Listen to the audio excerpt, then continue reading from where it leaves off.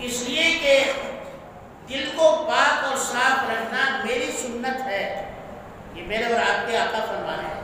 دل میں جو ہے کوئی چیز نہیں آنی چاہیے سوائے اللہ اور اس کے رسول اور والدین کی محبت۔ اللہ تعالیٰ فرماتے ہیں کہ اے ابن آدم، میں نہیں سما سکتا زمین میں نہیں سما سکتا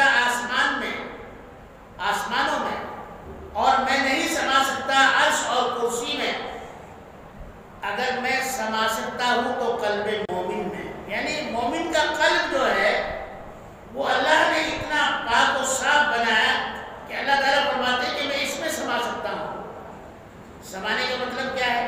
جو اللہ تعالیٰ ساری کائنات میں حاضر و ناظر ہے، وہ رات کے اندھیرے میں وہ ہر چیز کو دیکھتا ہے، ہر چیز کی آواز سنتا ہے، پھر وہ مومن کے قلب میں کیسے سما سکتا ہے؟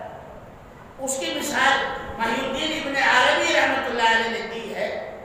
فرمایا کہ جس طرح آسمان پر رات میں سورج چاند نکلتا ہے اور اس کو آپ کسی دشت میں جو پانی رکھا ہوا ہو یا کسی تالاب میں پانی ٹھہرا ہوا ہو اور وہاں اس کو آپ دیکھیں گے زمین کے اندر تو آپ کو چاند نظر آئے، یعنی پانی اتنا پاک اور صاف شفاف ہے کہ آسمان پر جو چاند نکل رہا ہے رات کے اندھیرے میں وہ اس پانی میں نظر آ رہا ہے۔ بالکل اسی طرح سے جب یہ مومن کا قلب پاک اور صاف ہوتا ہے تو اللہ تعالیٰ کا جمال، اللہ تعالیٰ کا حسن اور اللہ تعالیٰ کا نور اس میں پیدا ہو جاتا ہے۔ تو اسی لیے فرمایا کہ میں نہیں سما سکتا ہوں زمین میں، اور میں نہیں سما سکتا ہوں آسمانوں میں، اور میں نہیں سما سکتا ہوں عرش اور کرسی میں، اگر سما سکتا ہوں تو قلب مومن میں۔ اللہ تعالیٰ نے مومن کا قلب بہت پاک و صاف رکھا ہے، لہذا حضور علیہ السلام نے ارشاد فرمایا کہ اے مومن، اے مسلمانوں، تم اپنے دل کو کینہ اور حسد سے پاک رکھو کہ یہ میری سنت ہے۔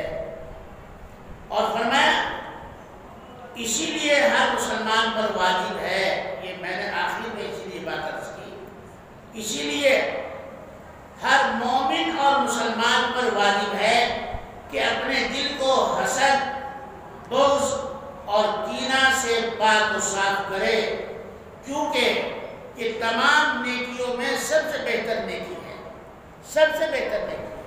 آج جو ہے مالک یہ چاہتا ہے کہ میں نوکر کو سلام نہ کروں، نوکر کو سلام کر دیا تو یہ میری توہین۔ جی شوہر یہ چاہتا ہے بیوی مجھے سلام کرے، بیوی نے کو میں نے سلام کر دیا تو یہ میری توہین۔ چھوٹا آدمی مجھے سلام کرے، بڑا آدمی ہو کر میں کیوں سلام کروں؟ یہ حضور اکرم صلی اللہ تعالیٰ علیہ وسلم کی سنت ہے۔ آپ نے فرمایا کہ پہل سلام کرنے میں پہل کرو، اس میں چھوٹا بڑا کا کوئی معاملہ نہیں ہے، اور جب گھر میں داخل ہو تو گھر کی مستورات کو سلام کرو، اور اگر کوئی راستے میں بچے مل جائے تو ان کو سلام کرو۔ نبی کریم صلی اللہ علیہ وسلم بچوں کو بھی سلام کیا کرتے، اور حضور نے تو یہاں تک فرمایا اگر گھر میں کوئی نہیں ہے اور آپ کو معلوم ہے کہ گھر کا دروازہ بند ہے، آپ نے باہر سے قفل کھولا، اب اندر جب داخل ہونا ہے تو بھی سلام کرنا ہے۔ وہ کون سا سلام ہے؟ حضور اکرم صلی اللہ تعالیٰ علیہ وسلم نے فرمایا جب گھر میں گھر والے موجود ہوتے ہیں تو گھر والوں کو سلام ہے، اور جب گھر والے موجود نہیں ہوتے تو پھر فرشتوں کو سلام ہے، اس لیے کہ فرشتے ہر جگہ رہتے ہیں۔ سلام علیکم طبتم فادخلوها خالدین، سلام علیکم قولا من رب الرحیم۔ حضور اکرم صلی اللہ علیہ وسلم نے فرمایا ان دونوں آیتوں میں سے کوئی بھی آیت پڑھ کر گھر میں داخل ہونا چاہیے، اگر وہاں جنات ہیں، فرشتے ہیں تو ان کو آپ کی دعا ہو جائے گی، اور وہ بھی جواب میں آپ کو دعائیں دیں گے۔ اللہ تبارک و تعالی ہم سب کو عمل کی توفیق عطا فرمائے۔